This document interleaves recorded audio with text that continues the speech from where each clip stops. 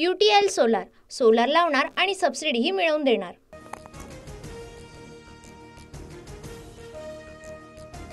शकुरी मेल्यानंतर एक शरद पवार जन्माला आले। गोपीचंद पडळकरांची शरद पवार यांच्यावर जहरी टीका, तर पडळकर यांच्यासारखे 5 उंदीर शरद पवार नाश्त्याला खातात, उत्तम जानकरांचा पलटवार।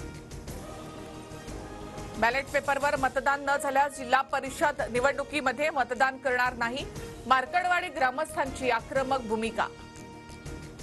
बॅलेटवर निवडणुका घेण्याचं पत्र आणा, आम्ही राजीनामा देऊ, पटोलेंचं आव्हान। तर बॅलेट पेपरवर एक निवडणूक घेऊन संशय दूर करायला काय हरकत, उत्तम जानकरांचा निवडणूक आयोगाला सवाल। 50 ते 60 वर्षात पहिल्यांदाच शरद पवारांची राजकीय हत्या झाली।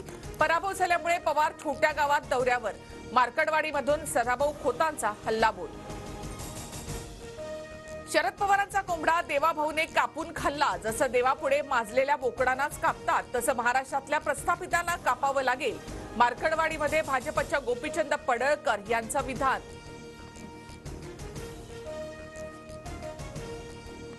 शरद पवारांच्या दिल्लीमधल्या घरी आज रात्री महत्वाची बैठक, ईव्हीएम संदर्भात चर्चा होणार।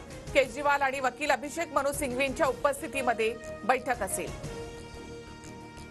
बांगलादेशातील हिंदू समाजावरील अत्याचाराविरोधात राज्यभरात उद्रेक, सकल हिंदू समाजाच्या वतीने राज्यातील अनेक भागांमध्ये मोर्चे। बांगलादेशातील हिंदूंवरील अत्याचाराच्या विरोधात नागपूरमध्ये आरएसएस आक्रमक, राष्ट्रीय स्वयंसेवक संघाचं नागपुरात धरणं आंदोलन।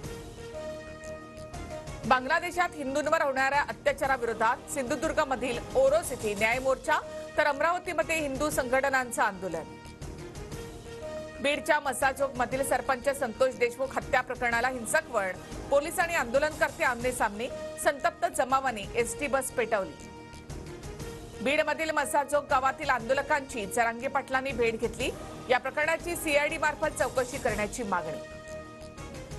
आता आपलं सरकार असून बँक घोटाळ्याच्या आरोपात मोहिते पाटलांना वर्षभराच्या आत तुरुंगात टाकणार, तसं न घडल्यास नाव बदलण्याचा भाजपच्या सातपुते यांचा इशारा।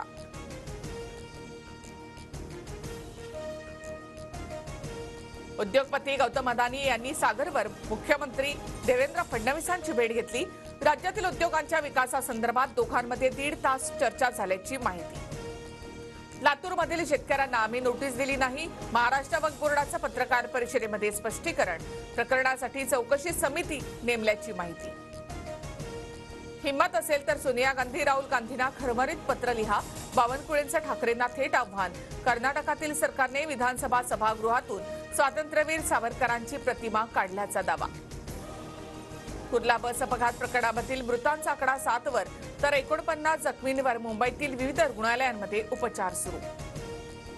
कुर्ला बस अपघात प्रकरणामध्ये आरोपी चालकाला 21 तारखेपर्यंत पोलीस कोठडी, अपघात आहे की कट याचा तपास करणार पोलिसांची कोर्टात माहिती। कुर्ला बस अपघातातील चालकाने पहिल्यांदाच बस चालवल्याची धक्कादायक माहिती समोर, कंत्राटी चालक म्हणून संजय मोरे 1 डिसेंबरला कामावर रुजू झाला होता, अपघातावेळी चालकानं मद्यपान केलं नव्हतं, पोलिसांची माहिती। कुर्ल्यातील अपघातग्रस्त बसची आरटीओ कडून तपासणी, बस पूर्णपणे सुस्थितीमध्ये, तांत्रिक बिघाड नाही असं समोर, ब्रेक फेल झाल्यास इलेक्ट्रिक बस पुढे जात नाही, तज्ज्ञांचा दावा। राज्य मंत्रिमंडळाचा विस्तार 14 डिसेंबरला होण्याची शक्यता, केंद्रीय नेतृत्वाच्या संमतीसाठी मंत्र्यांची नावं दिल्लीत, भाजप हायकमांडच्या मंजुरीकडे लक्ष। आमदार टिळेकरांचे मामा सतीश वाघ यांच्या हत्येप्रकरणी पोलिसांची कारवाई, शर्मा नामक आरोपी वाघोली पोलिसांच्या ताब्यात। राज्यात बनावट औषधांचा धक्कादायक रॅकेट उघड, 5 बनावट कंपन्यांच्या नावे, महाराष्ट्रातल्या 11 जिल्ह्यांमध्ये गोळ्या औषधांचं वितरण, विरोधकांच्या टीकेनंतर सरकारकडून चौकशीचे आदेश। UTL सोलार सोलार लावणार आणि सबसिडीही मिळवून देणार।